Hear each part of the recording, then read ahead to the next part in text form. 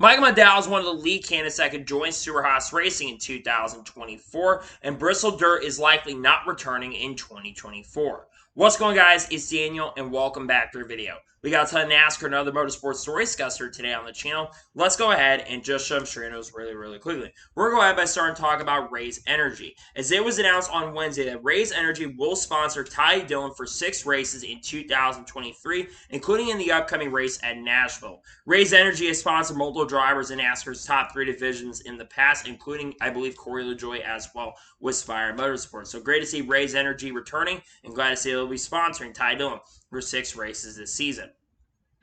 And now we're going to jump on to the next story of today's episode, as we're going to talk about IUOE. As it was announced on Wednesday that IUOE will sponsor Ryan Preece for 2 races in 2023 at Chicago Street Course and later this year at Bristol. I believe this is a new sponsor coming into NASCAR, so great to see new sponsorship coming into the sport. I love when we see new sponsors come into play, and very happy to see that there's a new sponsor coming in to sponsor Ryan Preece. Really awesome stuff. Glad to see that they'll be sponsoring Ryan Preece for 2 races this season. And now we're going to jump on to the next story of today's episode, as we are talking about Mid-Ohio. As it was announced on Wednesday that the length of the race has changed for the Mid-Ohio race for the length of the stages. So for the Truck Series race at Mid-Ohio, they've changed it up to make it a little bit closer for field strategy. So the first stage will be 20 laps, the second stage will be 20 laps, and the final stage will be 27 laps, making it all together for, I believe, 67 laps altogether. Not a surprise that they're kind of evening out. Remember, it's basically a standalone race for the NASCAR, since there's going to be basically no live pit stops. They're going to be basically the competition pit stops are not really going to be a thing. I'm not surprised they're doing this, and I think this is overall a really good decision. I understand people not liking this move, but overall, I think it is a good decision for them to go ahead and do this. And now we're going to jump on to the next story of today's episode, as we're talking about some network changes. As it was announced yesterday, there's been some network changes in regards to where some of the races are going to be broadcast. So, for the Xfinity Series, the Charlotte Road Course race, which originally was going to be on USA, is moving over to NBC at 3 p.m. Eastern Standard Time on October the 7th. And for Homestead, which originally was on NBC, is actually moving to USA at the same original time at 3 p.m. Eastern, October 21st. It's very interesting because Homestead is actually closer to the end of the season than basically where Charlotte Road Course is. I know the Charlotte Road Course is the cutoff race for Xfinity, so I think that's why they're moving it to a little bit later in the season. But overall, I think it's very interesting and kind of surprising that they're doing it, but I'm not really shocked by it. Overall, they're making these network changes. They want to be a little closer together, and they also want to go ahead and basically make it to where we have the Charlotte Road Course as a cutoff finale. I hope the championship race gets moved to NBC. I think that'd be really cool. But overall, this is a very interesting change to see. And now we're going to jump on to the next story of today's episode, as we are talking about Chicago Street Course. Now, we do have a couple Chicago Street Course stories that we're going to discuss today, but NBC tends to do their radio-style broadcast. And for this year's Chicago Street Course race, they're going to be bringing the radio-style broadcast back, which will include Mike Bagley on the radio broadcast. Steve Letarte and Rick Allen are going to be in the booth on the main straightaway, but you will see Dale Jr., Jeff Burton, and then Mike Bagley across the track. I love her doing this. I really love the radio-style broadcast, and that's what makes NBC really special compared to Fox, is they're able to basically do different types of broadcasts. Sometimes we'll have Rick Allen basically in a different position on there. We'll have like Steve Letarte, Dale Jr. calling the overall race, and I think that's something that makes the broadcast a lot more enjoyable overall. I love her doing this. I think it's really cool. I think it's really awesome, and I love the fact that they're going to be doing the radio-style broadcast in the Chicago Street Course race in 2 weeks. And now we're going to jump on to the next story of today's episode, as we're talking about Kerry Tharp. As it was sadly announced yesterday that Kerry Tharp is going to retire at the end of the 2023 season.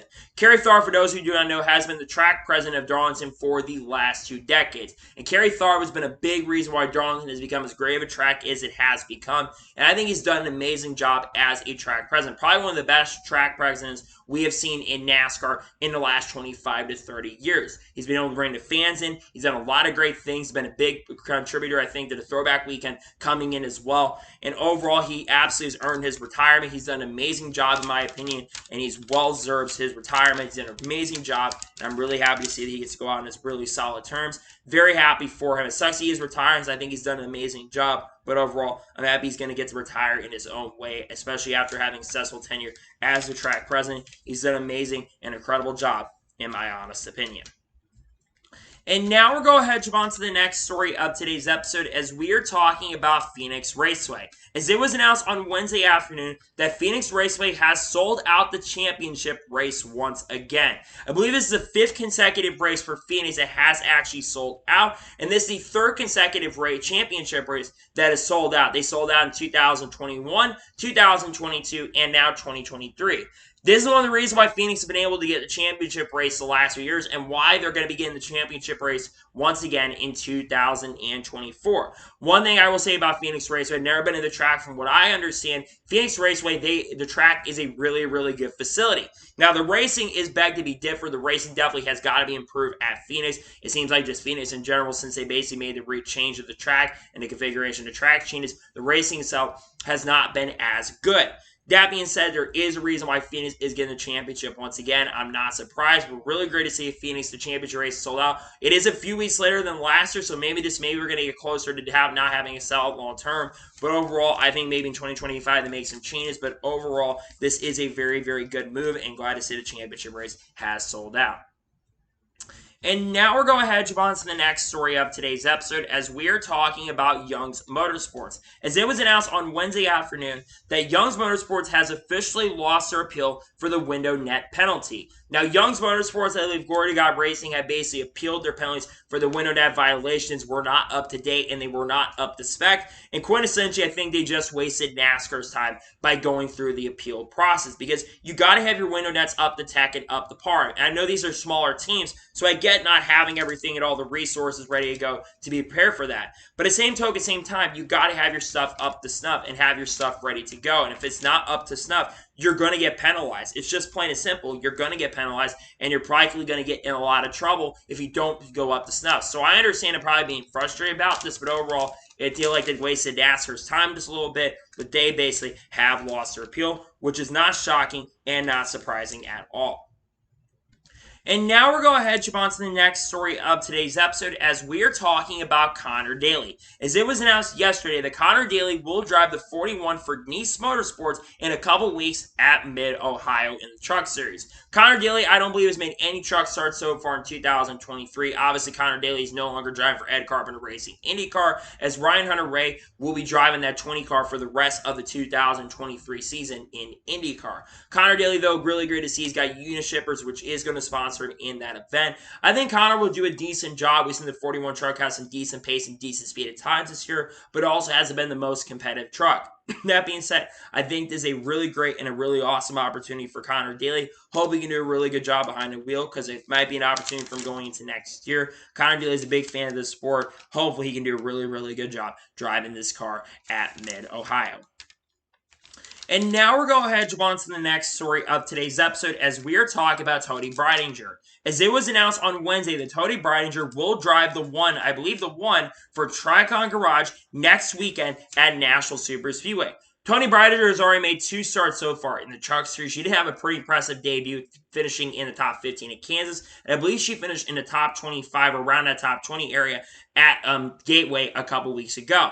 That being said, though, she is in a Tricon Garage truck, and she should be definitely running a little better because I think that her equipment is very, very good. We've seen Corey Heim get behind the wheel of those trucks, and Corey Heim has been a championship threat and a contender. It seems like Tanner and Taylor Gray, they're both getting better. It seems like anyone else that gets in those trucks, they tend to run up front. And even Dean Thompson, he's really starting to get better. I know Dean struggled at the beginning of the year, but it seems like Dean is starting to do a lot better. I do like Tony Breidinger, don't get me wrong. I just have not been impressed with her performances, and I want to see her do a little bit better going forward. Hopefully she can do that. Hopefully she can get behind the wheel and do better in that truck at Nashville later this year, which of course will be next week. Hopefully she can do really, really good. And now we're going to head on to the next story of today's episode as we are talking about Austin Hill.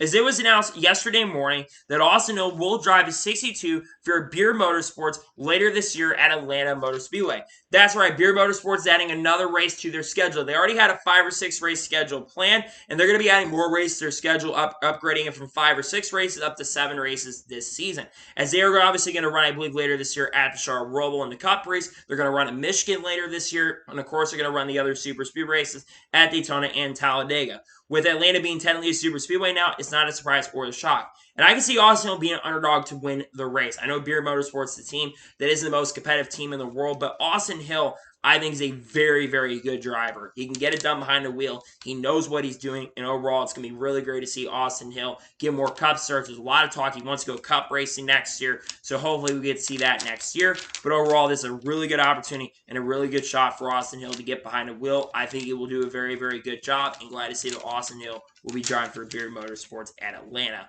in later this season. Hopefully, he can do a really good job behind the wheel. And now we're going ahead to jump on to the next story of today's episode as we're talking about Chicago Street Course. Now, if you've been following the Chicago Street Course story for a while, obviously NASCAR in a couple weeks, but about 2 weeks from now, is going to be in the Chicago area. And we've seen a lot of negative reporting around the Chicago Street Course. Well, that was the case until a couple days ago, as Adamson reported, I believe it was from the Chicago Tribune, that Brandon Johnson, who of course is the mayor of Chicago, says that he is impressed with how hardworking and collaborative Julie Geis and the entire NASCAR team have been. And there's also talk, according to the next article that I'm released, that they're going to try to see if they're getting through the whole entire contract. Now, obviously, like I said, there's been a lot of negative headlines and a lot of negative press. When it comes to traffic, there's been some funny press that's come out, which I think has been kind of funny, but also a little bit frustrating to see some of the bad headlines we see. But there's been a lot of negative press from the Chicago area. But this is the first time that I've seen someone come out and support it, and it's a big supporter as well, that being Brandon Johnson. Obviously, he's a new mayor. The old mayor, Lori Lightfoot, she was the one who played a role in getting the Chicago Street Course on the NASCAR Cup schedule, and then she basically did not seek out any advice. From what I understand, that's what ended up happening. So, of course, you have a lot of negative flat feedback and a lot of people that are against the event overall. I think that there's a lot of people who do not want this event. Personally, I think it's a very interesting idea that they're going to do that. But I think there's two potential outcomes of this race I think a lot of us are going to see. One is going to be very, very boring in the races. There's going to be nothing's going to happen, and it's going to be a single file train. Or number two, what's going to end up happening is you're going to get a complete wreck fast and like 10 or 15 cars end up finishing the race. Or maybe we do get a solid race. I'm not entirely sure. But I will say this. As much as I think a lot of people want to see this event fail, if you ever want a track like Chicago to come back on the schedule, you got to have this event on overall. You got to have this event succeed, and you need to have it succeed the first year. If they're able to go through the whole contract, which the contract currently goes from 2023 to 2025, I could definitely see that going through. Obviously, I think there's some potential that might be a one-and-done deal for this, but I think the fact that we're starting to get some positive reports tells you there might be a chance that we do get through all 3 years. Personally, I think there's still a chance it might be one and done, but it would not surprise or shock me also if they decide to go through all 3 years. Would not surprise me at this point. It would not shock me at this point if they're able to go through all 3 years, but it sounds like they might try to do that and get through all 3 years of the contract at this particular point, but we're going to end up seeing what happens going forward. And now we're going ahead to jump on to the next story of today's episode as we are talking about Jimmie Johnson.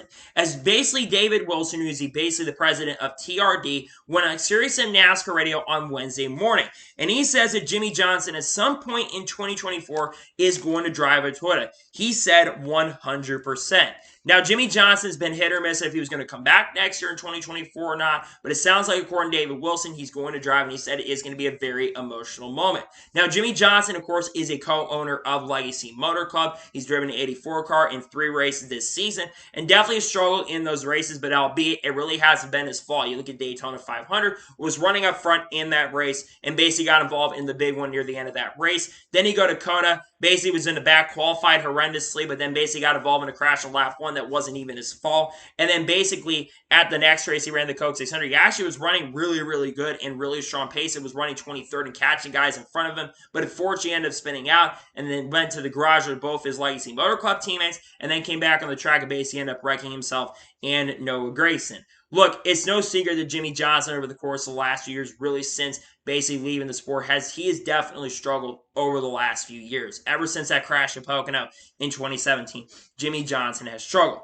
And there's no doubt there's a lot of people saying that Jimmy Johnson should hang the helmet up. And I don't think it's going to affect his legacy. I've seen so many people saying it's going to affect his legacy. I completely disagree. Yes, and we don't talk about Richard Petty's legacy being affected when he didn't win races for nearly a decade after his last one came in 1984 at Daytona when Ronald Reagan is president at the time. You didn't have people basically saying that it affected Richard Petty's legacy. So I don't get why people are saying it's affecting Jimmy's legacy. At some point, I do think Jimmy Johnson will eventually retire from NASCAR altogether, but I think Jimmy Johnson wants to go and race and do what he wants to do, and I do have to respect that. But I do think at some point Jimmy Johnson will retire from the sport. It wouldn't surprise me if next year is his last year, but we don't know about how long Jimmy Johnson wants to race. Jimmy Johnson can retire as early as next year, and then Jimmy Johnson could still race for the next 5 or 6 years. I think Jimmy should be allowed to do what he wants to do. I understand that he hasn't been running as good, and I know people say he's been bad, but again, I think we got to look at the circumstances that did affect Jimmy Johnson in those specific races. I get people not being a fan of Jimmy always continuing the race, but overall, it is going to be interesting also to see him drive a Toyota because he's been a Chevy driver his whole entire career.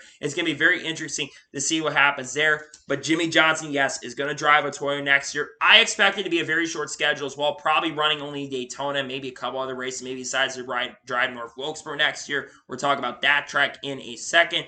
But it sounds like Jimmy Johnson will run a race next year, and it's going to be very interesting and very fun to see what happens when it comes to Jimmy Johnson racing. And now we're going ahead and jump on to the next story of today's episode as we are talking about North Wilkesboro. Now, Adam Stern put out an article on, I believe, Thursday, actually yesterday morning, about North Wilkesboro. And according to a newspaper article that came out, North Wilkesboro right now currently has a 10-year plan worked out for the racetrack. North Wilkesboro came back to the NASCAR Cup Series schedule as the All-Star race for the first time since 1996. The last time they raced, Jeff Gordon was the one who went to victory lane in his most dominant era. But they returned in 2023 with the All-Star race, and they had a very successful All-Star weekend overall, albeit while the racing product itself was not as good for the event. I think a lot of that more so would be single group track plus the next-gen car having issues than anything else. When you look at the crowd, practice was stacked with fans. You had everybody coming to the track and supporting the track overall, which is really great to see because a lot of people were really worried that the North Wilkesboro crowd was not going to be supportive of this event and go out to the track. Well, I think we all got proven wrong by the fact that so many people have supported North Wilkesboro overall. You had a lot of great people there, a lot of great facility, and overall I think you did an amazing job getting everything done. The big question long term is going to be, are they going to repave North Wilkesboro? Are they going to change anything up with the configuration? Because let's be honest, there are some drivers who are saying that they would love this track to be repaved. Obviously, I think if it does come back next year, which we might talk about here in a little bit, but if it does come back next year for a points paying race, I don't think they'll repave it for 2024. But I think in the coming years, they are going to repave North Wilkesboro. And I think the next-gen car was a bigger factor than anything else while the racing product wasn't as good. Now, I'll be honest, I did personally enjoy the North Wilkesboro race a little bit. Sure, it was really not as fun to watch, but watching the guy dominate the race he did like Kyle Larson did was really, really great to see. Seeing Bubba Wallace also troll the fans there, that was really, really fun and really crazy to watch. But overall, I think North Wilkesboro itself was a really, really exciting. I think did an amazing job on the event overall. And I think the future of this track, they've got a really bright future. And it was one of the tracks that came back with the racetrack revival. And I think maybe, just maybe, we'll see more tracks across this country come back just like North Wilkesboro did. But it sounds like right now they've got a 10-year plan for this racetrack. And it sounds like right now things are headed toward a pretty bright future for the future of North Wilkesboro, which is really, really exciting to watch, and I cannot wait for the future of this track. I will talk about that in a second, but it sounds like North Wilkesboro's got a really great future, and I'm really excited about that. As I'm currently editing today's video, we had a major story that has just broken revolving around NASCAR and the NBA, as it was reported by agent Wojnarowski that Michael Jordan is currently finalizing a sale of the Charlotte Hornets. It's unclear how much money that Michael Jordan is going to end up receiving in the deal. Michael Jordan has, of course, been owner of the Charlotte Hornets for the last 13 years. Now, a lot of people are wondering why Michael Jordan is going to be selling the Charlotte Hornets. Well, there's been a lot of rumors that Michael Jordan's been in talks to sell the team really since December. But that amount of money that Michael Jordan, we don't know exactly how much money he's going to get, but the money that he likely gets from that deal is probably going to go back into 23XI racing. Obviously, Michael Jordan, I think, is more focused on NASCAR right now than the NBA at this moment. Look, he has done a really good job as the owner of the Charlotte Hornets, but you look at how involved he is in NASCAR currently at the moment, how involved he is in with 23XI racing, it tells you everything you need to know. And he's done an amazing job as a team owner so far with 23XI, and we've seen big improvements in 23XI. And that amount of money for 23XI is going to involve in multiple different areas. Number one, you have to remember they're building a new HQ, and they're currently building that headquarters at that moment. That money is going to be huge for upgrades and investments in 23XI racing. But the other big implication is this could mean that 23XI racing could go after another charter. We know how much charters are going to be. They cost around $30 million currently at the moment. And we do know right now that 23XI racing has been in discussions about potentially expanding in the near future. This can mean that 23XI racing could have that number 67 car, which of course ran a few races this year. We could see 23XI racing expand their program from a 2-car operation, maybe a 3 full-time operations in 2024, or maybe in 2025. We obviously know that Kurt Busch, he's been in talks, conversations about wanting to come back next year. Obviously, he wants to come back in 2023. We could see him back full-time in 2024 if they acquire a third charter. Or maybe they go after someone else, like maybe, I don't know, Matt DiBenedetto perhaps. Some people mention Matt DiBenedetto. I think he would be a really good driver to bring back to the Cup Series in the future. What about other drivers like a John Hunter Nemechek? That could be really good to have him in there. What about Sammy Smith? I think there's a lot of really endless possibilities. We look at 23XI racing, how big of a deal this is.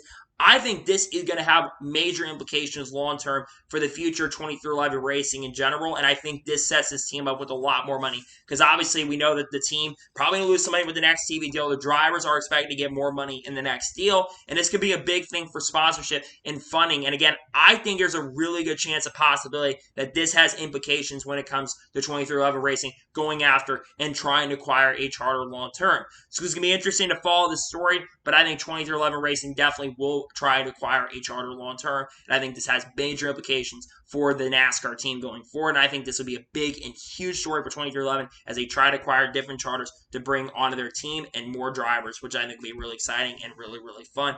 23XI Racing's really set himself for a great future. Bubba Wallace having a career year so far, and Tyler Reddick's been doing a really solid job this year. So really big news and major news, not just for the NBA, but for the NASCAR team as well. Major, major story.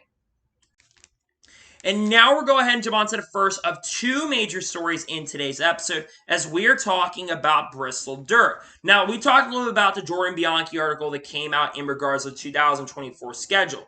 Obviously, there's a lot of talk about the 2024 schedule. You've got talk that Montreal might be coming back, and it could replace Auto Club's day for 2024. This rumor that we've heard, and other tracks could come back in 2024, like the Brickyard 400. But one thing that caught attention to a lot of people is Bristol Dirt. And according to Jordan Bianchi, from what he has heard, that Bristol Dirt is likely not returning in 2024. According to him, from what he has talked to people, Bristol Dirt is likely not happening. It will not be happening at least on Easter. But according to what he has said, it sounds like there is a chance there is still going to be an Easter race. That's where North Wilkesboro comes in. From a lot of the rumor mill, from what people have been saying, North Wilkesboro could be the replacement date for Bristol Dirt on Easter. Look, I know a lot of people have things completely against Easter, but racing on Easter has worked. We see all over sports, racing on traditionals. We've got games happening on Christmas, basically happening on the 4th of July, things happening on Thanksgiving. You got things happening on those traditional days. Let's talk about Bristol Dirt a little bit. Look, I'm going to say this about Bristol Dirt. If Bristol Dirt does truly go off the schedule at the end of this year, I am going to be disappointed for a few reasons. Number one, I think Bristol Dirt actually in 2023 had a lot of stuff figured out. Sure, it was a little bit of a mess at times in the race, but I think in 2023, at least for the Cup race, the truck race was still a disaster. But for the Cup race especially, I truly enjoyed the race overall. It did have a kind of an anticlimactic finish, but overall, I did enjoy the race. It might have been my favorite Bristol Dirt race we have seen so far up to this point, and I did really enjoy the race overall. So it's going to be disappointing. And I thought attendance overall was up a little bit for the event as well. But the other thing I'm going to be a little bit disappointed by is if Bristol Dirt goes, there will only be one race at Bristol. Now, obviously, I've been someone who's been a proponent of saying that most tracks should only have one date. And if Bristol Dirt ends up losing its date, which it sounds like there's a really strong chance and a really strong possibility of that happening, there's only going to be one date at Bristol. There's no way that they're going to bring two concrete dates back, even though I think two concrete dates would be really, really fun at Bristol because they do have the fall race as well. I don't think it will bring back a concrete date. But I will say North Wilkesboro getting a points date, which we need to talk about that. There's been rumors and rumors that North Wilkesboro could end up having not only a points-paying race, but the All-Star race as well, which I don't think would work for them long-term. If the All-Star race is later near, like in August or September, it will work out, but that wouldn't work out. So North Wilkesboro getting a points date, absolutely well-deserved. But if it truly is the last time Bristol Dirt's going to be on the schedule, it is going to be disappointing. They've done a really good job getting that track up to snuff, but the fact that they have not announced anything that they're going to be coming back tells me I don't think it's coming back, and it is going to be disappointing because I personally think that we should have a dirt race on the schedule. It's more diversity, and maybe just maybe they find a way that they can replace this somehow with a track like Eldora perhaps maybe, or even Knoxville somehow, or even I-55 Raceway. Maybe I'm exaggerating there. But it's going to be disappointing if this is truly it for Bristol Dirt, because I think Bristol Dirt put on some really great racing overall in the last year. I know some people disagree, but we did see some pretty great crowds, and it was a very enjoyable event overall. But if this is it, it's going to be disappointing as a fan. And, you know, there's a lot of talk about schedule changes, and I know people have their opinions on things and such. I know we've seen a lot of people that don't like Bristol, but I actually will say that there was more positivity this year. Well, some positivity, but also some negativity from a lot of fans. And it's just a lot of people that were against it from the start. And personally, at the beginning, I was against it in 2021. I thought it was pretty good at times, even though the dust storm was a big issue. They got it tonight, and the racing itself improved year by year. And it is going to be a shame if this is truly it for Bristol Dirt. But that's not the other rumors. We got rumors, like I said, that Montreal might be coming back next year. And it sounds like a lot of other plans are in the future in NASCAR's cards. So it's disappointing here that this could be the last year for Bristol Dirt. But overall, it's not surprising or shocking if this is the last year for the event. And now we're going ahead and jump on to the final major story of today's episode as we're talking about Michael McDowell. Now, the Crouch Racer account, which is run by Freddie Kraft and I believe Brett Griffin, put out kind of an obscure tweet. They kind of put out these tweets out of nowhere sometimes. But what they're saying is that Michael McDowell could join a better team heading into 2024. Now, obviously, there's been a lot of rumors around Michael McDowell's future in the NASCAR Cup Series. And a lot of people do believe that Michael McDowell is a lead candidate currently at the moment to drive the number 10 car for Stewart-Haas Racing heading into 2024. Now, the rumor mill states that Eric Almirola is still 50-50 on potential retirement heading into 2024. And right now, the two lead candidates for that number 10 car at the moment are Michael McDowell and Zane Smith. Both, of course, are currently part of the front row deal. Now, Michael McDowell, like I said, he's a lead candidate because Michael McDowell's done a very, very good job with front row. Been a big reason why front row has come up and been a really, really strong team over the last few years. Every year, probably actually since 2020, we see Michael McDowell improve year by year. And currently, Michael McDowell sitting 19th in points right now and has a legitimate chance of making the playoffs in 2023 in points alone. He's only 14 points below the cutoff line currently at the moment right now with how many road courses are on the schedule. He could end up making the playoffs this year, which is extremely impressive for a guy in a car that's not as good. Now, a lot of people are going to say that Stewart-Haas Racing itself is not a team that is better than front row. Well, right, and I don't completely disagree. I think Stewart-Haas Racing itself might be a little bit of a downgrade if McDowell does end up going there, because you look at Stewart-Haas Racing currently at the moment. Right now, Kevin Harvick is having a really good year, maybe having the best year for a retirement year we've seen in NASCAR history, where he currently sits, I think, third in the points, 23 points below the points lead, which is extremely impressive for a guy who's running a car that is very, very bad. All the other drivers at Stewart-Haas Racing, that of course being Ryan Preece, Eric Almirola, and Chase Briscoe, are all 25th or worse in the points. Now, Chase Briscoe, if he didn't have the 120-point penalty, would be about 19th or 20th, which isn't too bad. But Chase Briscoe has been firing off so bad that I think Briscoe is going to end up getting lower and lower in the points regardless, because he's been struggling in 2023 and has had an off year compared to last year, which I thought Briscoe was very impressive in 2022. But going back to talk about McDowell and Smith, some people say Zane Smith will be the favorite. And Zane Smith definitely would be a really good driver to go into the 10 car. However, Zane Smith is in a multi-year deal with Front Row Motorsports and has a contract with Ford through 2026. So I think if you're in Front Row's position, I think they need to keep Zane Smith long term. My prediction on this is I think McDowell will go to the 10 car. McDowell's a very solid driver overall.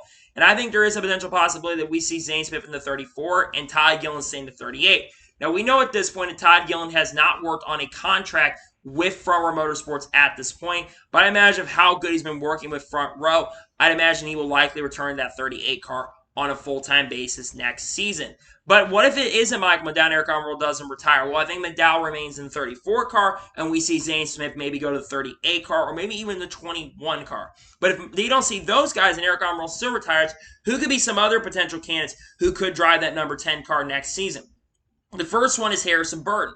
We heard around these rumors at one point recently that Harrison Burton might leave Wood Brothers. It's 50-50. He's going to return to the Wood Brothers, and he is a KHI client as well. So we could basically end up seeing him drive that number 10 car next year, and maybe Zane Smith go to the 21. What about Todd Gilliland? Todd Gilliland, obviously, he's like I said, in a contract year, hasn't worked on a contract with Ford, and he's also another Kevin Harvick Incorporated client.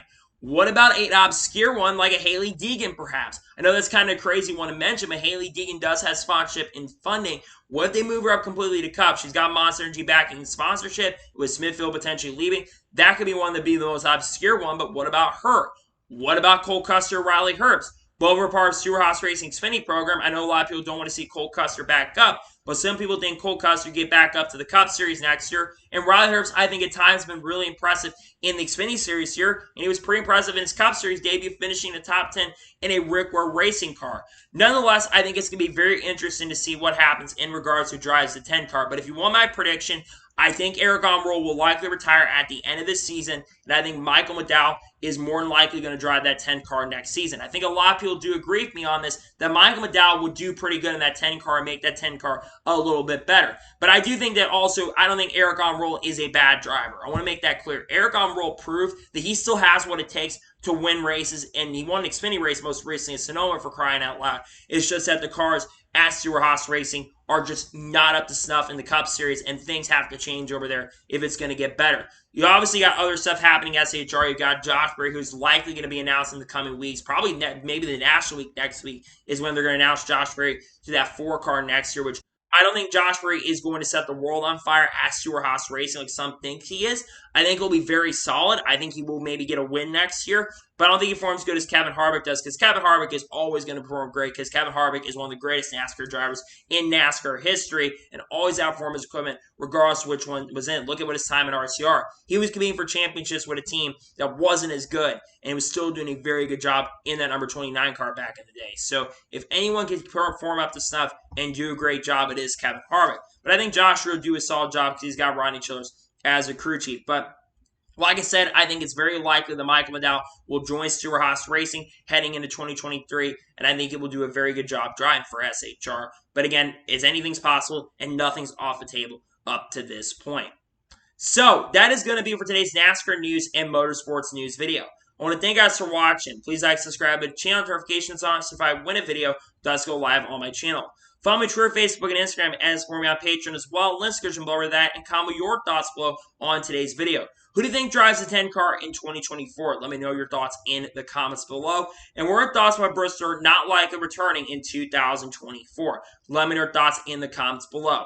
Tomorrow on the channel, I'm likely going to have a video talking about the 10 drivers who could drive the 10 car heading into 2024. Then I may have a video on teams that are joining the Cup Series this weekend. I may do an F1 review. I'm not entirely sure. And I might have more content on the second channel as well. So make sure to subscribe to that second channel. I may have it in the description for you guys to go check it out. If you have not checked it out already, make sure to click that link below and check out that second channel. I've got content on the way that I think you're really going to enjoy. So anyways, like I said, I want to thank you guys for watching today's episode, and I'll see you guys next time for more great, awesome NASCAR content and other motorsports content on the channel like this. Take care, everybody.